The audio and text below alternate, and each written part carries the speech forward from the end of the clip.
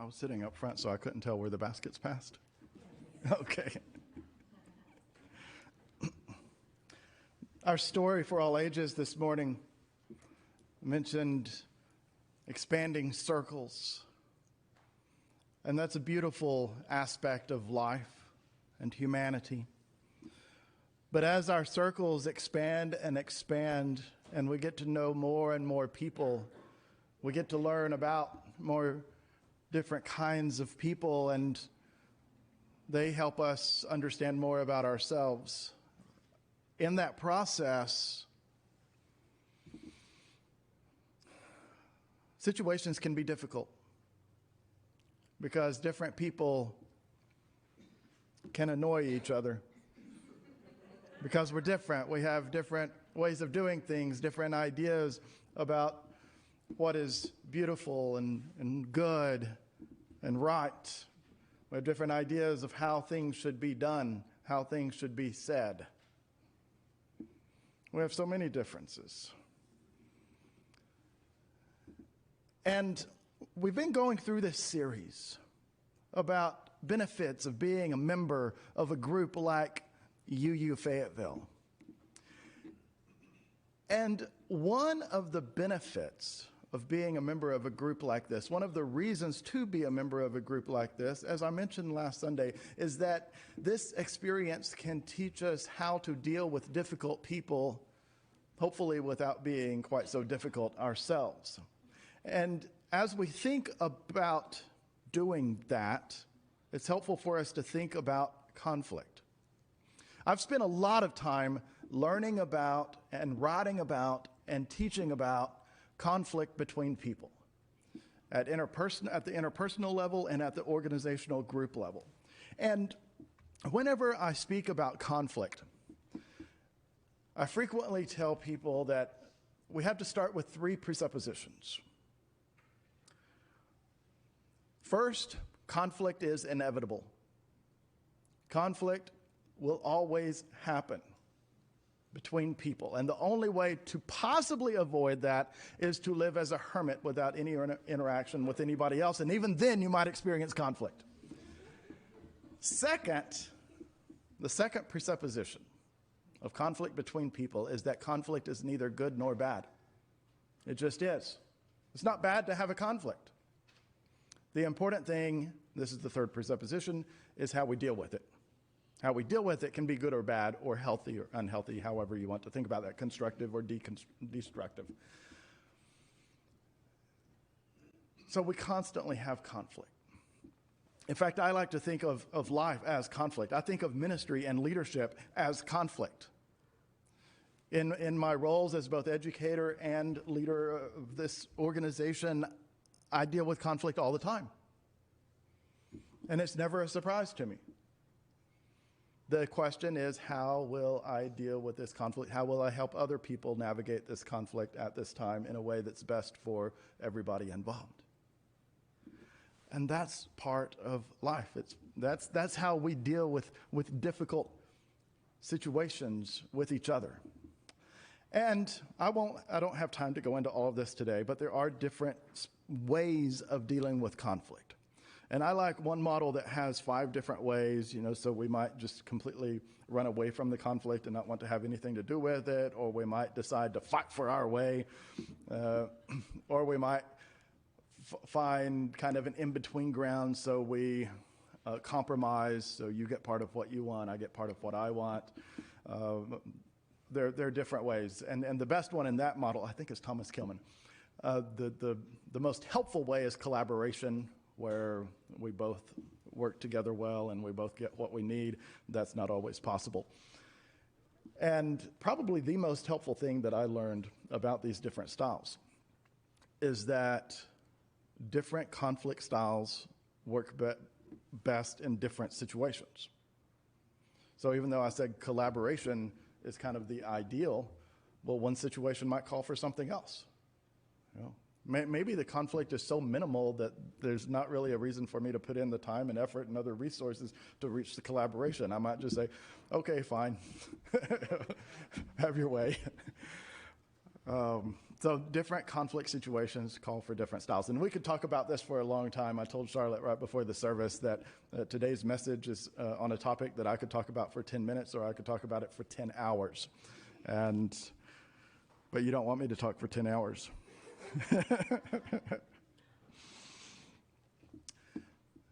It's exciting that today we get to welcome new members into this circle of widening circles full of diversity and differences and conflict that is usually managed well in a beautiful and exciting community.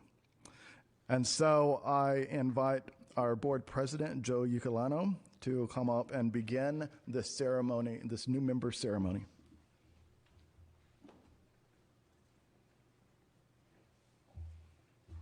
Thank you, Reverend Stephen. We appreciate you helping us all to be in right relations with one another. So do not feel the healthy conflict or healthier conflict that we've had in the past. So I am delighted to be here and serving you as president of your board. Today is a special day, as we said, because we're welcoming new members again to our fellowship. Last time we did this was in March this past year. So here we are in the fall and doing this again, and we're very excited for this today. Membership is a big decision. It's not just about belonging.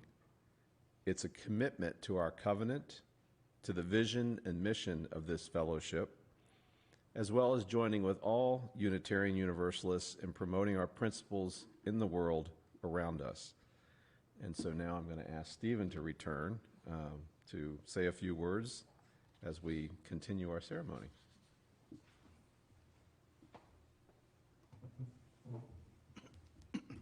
Members choose to join for many reasons, including intellectual stimulation, religious education, emotional support, and personal and spiritual growth in a community environment. Seeking to be a member of a Unitarian Universalist congregation comes when we want to give more and get more from life. It comes when we are ready to join a community of like-minded people who are exploring the deeper meanings of life, of how we relate to each other and to the world around us. It comes when we look at our world and find it in need of peace and justice, and we believe we can help, knowing we will have greater impact acting in a community than by standing alone. As we welcome these newest members into our community, I encourage all of you to reflect on your commitment to this congregation, if you are a member. Recall why you are a member. Think about how this fellowship supports your spiritual journey and how you can support another member in theirs. How can you keep your membership fresh as the day you signed the book? Next up is our Connections team lead, Charlotte Taylor.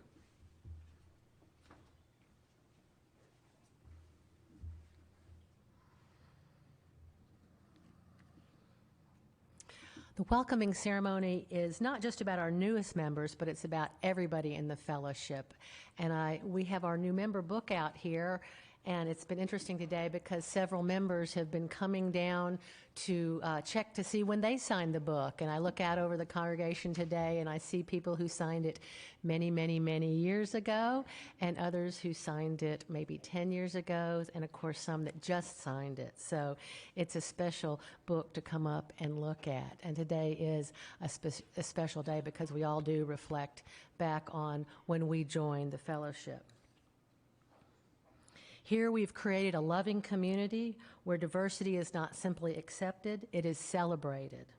Each one of us brings a unique quality that adds to the cultural of our spiritual community. Here we can grow personally stronger and work together to create a better world by being supportive of one another. This ceremony welcomes new people, new ideas, and new strengths to our community, and remind us that we are people of change and renewal, and that's what new members represent. Being a member of this fellowship involves 3 steps. taking a part in the new UU or the Being UU class. And today we have several members that are joining that have come from other fellowships, other UU congregations, and that's always very exciting. It is signing the membership book that's up here and submitting a pledge and covenant form that says how you will engage with this fellowship, not only monetarily, but also in your skills and in your abilities to help us continue to grow. Would each candidate for membership, as I call your name, come and stand up here, and Stephen and I and Joe will induct you into the UU Fellowship. We did do a Being UU class just 2 weeks ago and had 9 folks there, and most of those folks here are here today, but we've had a couple calls just late last night that said, I broke my arm, or I'm sick, or so we'll probably do another one of these in the next couple of weeks to get everybody involved, but it is an exciting time. So, Edith Bradbury, Pamela Hill, Lee Turner, Ruth Parcells, and Daniel Murphy. They'll come up. Joe?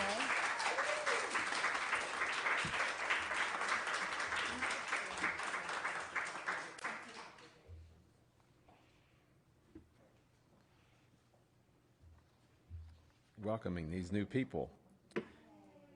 By becoming a member of this fellowship, we ask that you share your time, your talent, and your treasure as you're able.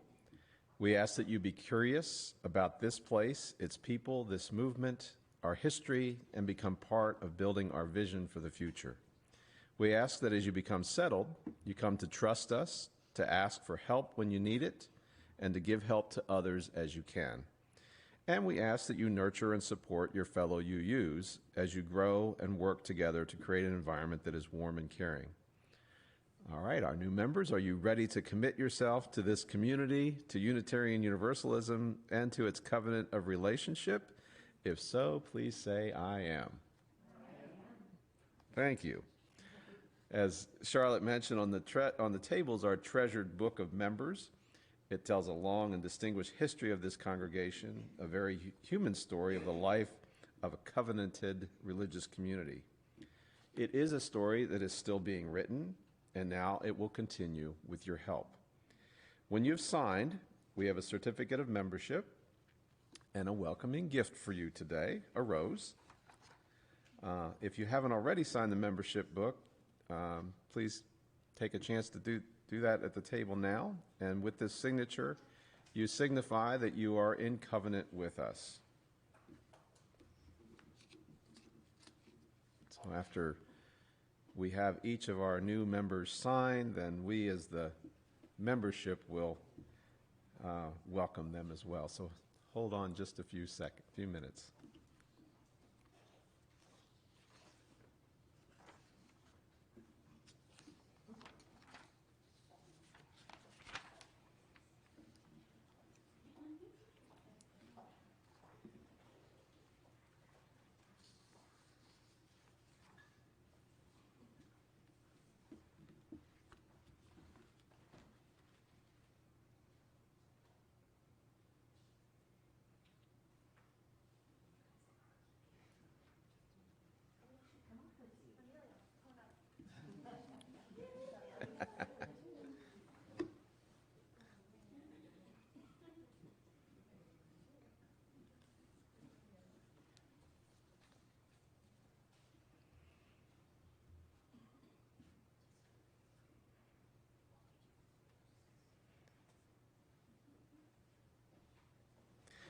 Okay, will you, as members of our Unitarian Universalist Fellowship of Fayetteville, please rise in body or spirit?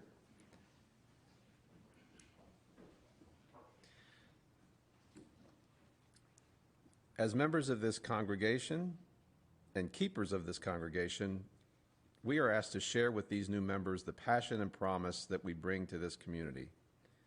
You are asked to learn their names, their stories, their hopes and dreams, and let them know yours. You're asked to make room for them at the table, the activity, and the committee, but be gentle and let them choose their commitments. You're asked to remember that they will need your care at times, and when you are in need, they will be among those who care for you. You are asked to understand that as they become more deeply connected to this community, their contributions will change UUFF, and that change will be for the better because of their presence. Members of Unitarian Universalist Fellowship of Fayetteville, do you now pledge to walk in covenant with these new members and welcome them into our new religious home? If so, say, we do. We do. Terrific.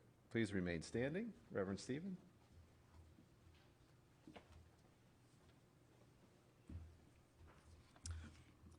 Together, let us speak the words of welcome, which are projected on the screen. In a covenant of fellowship and love, we unite to cultivate reverence and thoughtfulness, to promote spiritual growth and ethical commitment, to minister to each other's needs and to those of humanity, to celebrate the sacred moments of life's passage, the interconnection with all at the heart of our being. Members, welcome you to this fellowship with all our hearts. And new members, we join. So may it be. Welcome to UUFF.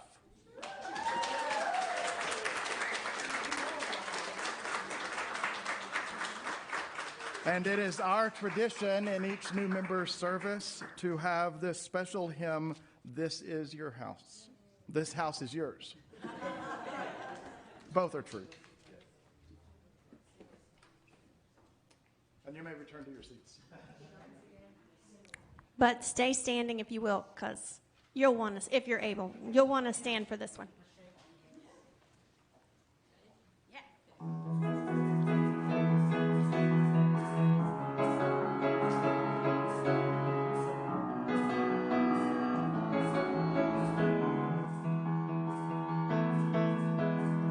This house is full of friends who need encouragement. This house is yours. It offers dignity, and here your heart is free. This house is yours.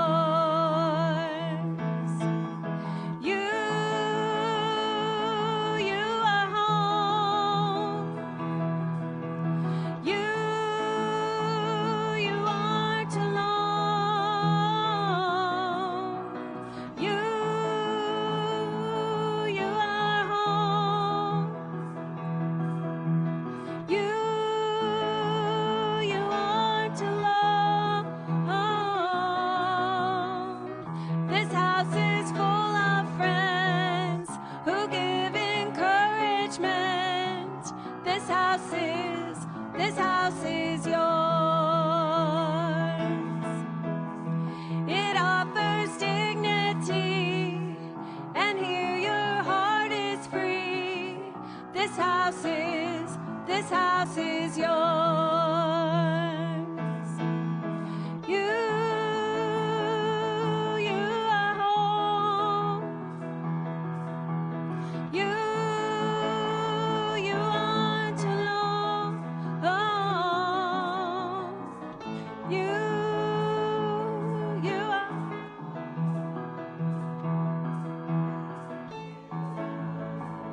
You aren't alone. This house is full of friends who give encouragement. This house is yours. It offers is yours. This house is yours.